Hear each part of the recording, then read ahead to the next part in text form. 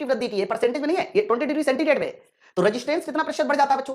तो रेजिस्टेंस तुम्हारा बढ़ जाता है 40% बढ़ जाता है। तो अल्फा की वैल्यू बतानी है कि अल्फा क्या होना चाहिए। बहुत इंपॉर्टेंट सवाल है, थोड़ा सा ध्यान से समझना, नहीं तो सवाल को मिस कर दोगे, तरीका नहीं पता चल पाएगा कैसे लगाना है। एक बार इसका तरीका समझो, और खास तौर से वो जो अभी तक इस सवाल को नहीं लगाए, है ना।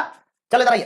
तो आपको बताया गया है कि जब टेम्परेचर बदलता है तो रेजिस्टेंस निकालने का फॉर्मूला होता है आर टी बराबर R naught 1 plus alpha into T. होता है नहीं होता? बताओ, अगर मैं यहां पर R T alpha R naught को अंदर ले जाऊं plus R naught into alpha into T, ऐसे हो जाएगा, हो जाएगा बच्चों। ये आर टी जो होता है वो टी टेम्परेचर पे रेजिस्टेंस होता है। अब मैं इसका आउटलाइन करने वाला हूं, डिफरेंशिएशन। बच्चों डिफरेंशिएशन कराऊंगा तो यहां का डिफरेंशिएशन आर टी के डेल्टा में। आपको पता है कि इसका जो आउटलाइन होगा ये कांस्टेंट है, कांस्टेंट का आउटलाइन 0, और जब मैं यहां पर आउटलाइन कराऊंगा तो आर नॉट इंटू अल्फा उसी तरह से, और टेम्परेचर डिफरेंस का आउटलाइन डेल्टा टी हो जाएगा। अब आ रही बच्चों, क्या मैं इस आर नॉट को ऐसे नीचे ले आऊं तो ऊपर हमारा आर टी और नीचे तुम्हारा प्रारंभिक रेजिस्टेंस बराबर अल्फा इंटू डेल्टा टी। अब देखो गणित क्या लगने वाली है, साफ साफ लिखा है कि रेजिस्टेंस में परिवर्तन 40% का है। तो ये जो वैल्यू है, ये वैल्यू 40% है, लेकिन रेशियो बना लीजिए तो 40% का रेशियो 40/100 बनेगा। गणित सही हो रही है आपकी।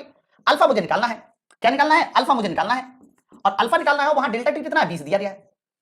ओके, तो आप बताओ यहां से अल्फा की वैल्यू कितनी हो जाएगी? तो कह देना सर यहां से 20 को आप 40 से 2 बार कैंसिल कर दीजिए, 2/100 मतलब 0.02, ये देखिए 0.02। तो ऑप्शन नंबर डी हमारा एकदम सही।